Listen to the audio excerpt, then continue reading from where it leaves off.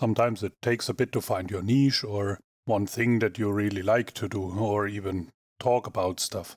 One thing that stuck to me over the years is my mental health, not only because I have my own experience with it, also because a lot of people are. I've learned that it's important to talk, to open up and be honest with other people, but also with myself, with yourself. And that's why I'm starting this series, to talk about myself, my mental health, and my autism. Who I am, who I got here, and where the actual fur is my cat today. Welcome to the Artcast and today's episode. My opinion is needed as much as another podcast, but I started this because I wanted to and my cat thought it was a good idea. And with always saying I hope to make someone smile, I also hope to help someone, even if it's talking about my own experience, to share with you the why, the how, and all the shit that comes with it. I'm going to be honest with you and share everything in my own words, how I feel, how I explain myself to others, and how I learned to do that. In the last few years, the whole autism thing has blown up. People blaming Tylenol, vaccines, whatever. My thought? We just know better these days. We have better science, better education, and we actually know how to look and where to look. We know the signs better, and at least it's something humanity learned with time. For me, it started a few years ago, when I didn't really know what was going on. I was having health issues from a COVID infection and dealing with long-term problems, muscle aches, exhaustion. And I remember going grocery shopping after my quarantine, what was 11 days then, and coming home like I've just done a high-quality cardio session at the gym. I felt like a bag of potatoes, and the day after, my whole body was aching, was hurting from muscle aches. And that went on for a while. I did walks outside to build myself back up and talk to my doctor regularly. With time, I was getting better, from 30-minute walks to 40 minutes and then to an hour, and with getting better the next day, not hurting that much, I was finally getting healthy again. It took about 6 weeks, and when I look at it afterwards, COVID was like the cherry on top that started everything for me. And for the first time in my life, I was really concerned. What if this doesn't get better? What if I'm not getting really healthy again? Because I like walking, it's something that I can do without failing constantly. I'm a good walker, not on snow, but on a regular base. Carrying boxes without falling down would be a perk I would have in an RPG game. I wouldn't come far, but still it's something. With being physically healthy again, my mind started doing things I quite didn't understand at that time. I was crying for no reason, not just after watching Dirty Dancing or Titanic.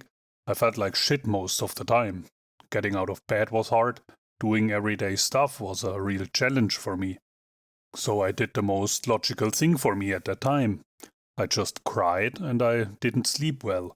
That went on for a while until I googled, which is always a bad idea.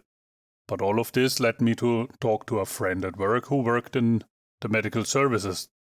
And while I talked to him, I just cried again. And that talk and his advice made me realize for the first time I was not alone and that everyone cries. So I started reaching out for professional help to find a therapist and started talking to my doctor about it. It took me some time to find the right therapist, which is hard and important. You have to feel that it's right, that you can open up about everything, really everything, and not hold back anymore, like I did for so long. It took me different approaches, different therapists, different sessions, to finally find someone who I felt comfortable with. There is where I learned a lot about depression, about mental health, about a lot of things, but mostly also about myself. With my therapist, we set goals to work towards. It was a long list and definitely not the bucket list everyone is talking about. A list far more important in the end. And time passed and I made progress, but was far away from understanding or even accepting what was and is still happening. The mind is so complex and how things can affect you if you are aware or even unaware. And I looked at things a lot differently. And then also starting with medication, what also took a while to get used to, but I finally found sleep again, and my daily life was getting more stable again. And after a long while in therapy, the topic of autism came up. My first thought was, yeah, of course. And after talking and learning about it, I realized it's weird how many similarities I found, and how everything in my life finally made sense. I write things down a lot, and in the time of therapy, I did homework, I so called it, where I wrote every moment down I was living. And in that time, I had those glass splitter moments where it cracked with me, where I thought, holy cow, this could be real. We found an institute to get tested officially. What was a process on its own back then, but I wanted to get this done from an expert. It's also different if you just talk about it or just read about it on the Google. Self-diagnosis is something I never understood. And when the test came back, I was sitting in therapy, and I will never forget that moment when my therapist said that I am diagnosed with autism. My whole body was heating up like I'd never experienced before. When I finally realized what that all meant for me, it kind of clicked. It is so weird when I think about it, when your whole life was finally making sense. Childhood, becoming an adult, things where I struggled with my whole life, social interactions, daily routines, or daily life in general, work and relationships. And thinking about it now, the diagnosis is like an explanation for me, how my life went and for how I function. For me, it's not an excuse, it's an explanation that I needed for myself.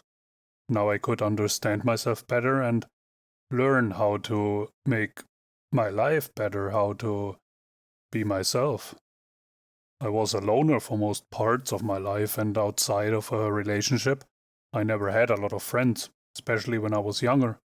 And in the years leading up to my therapy, I isolated myself more and more, spent more time alone, and was eating everything up into myself. Never talked about how I really felt, and also never took time to kind of process all of it, all of what was happening around me, but one step at a time.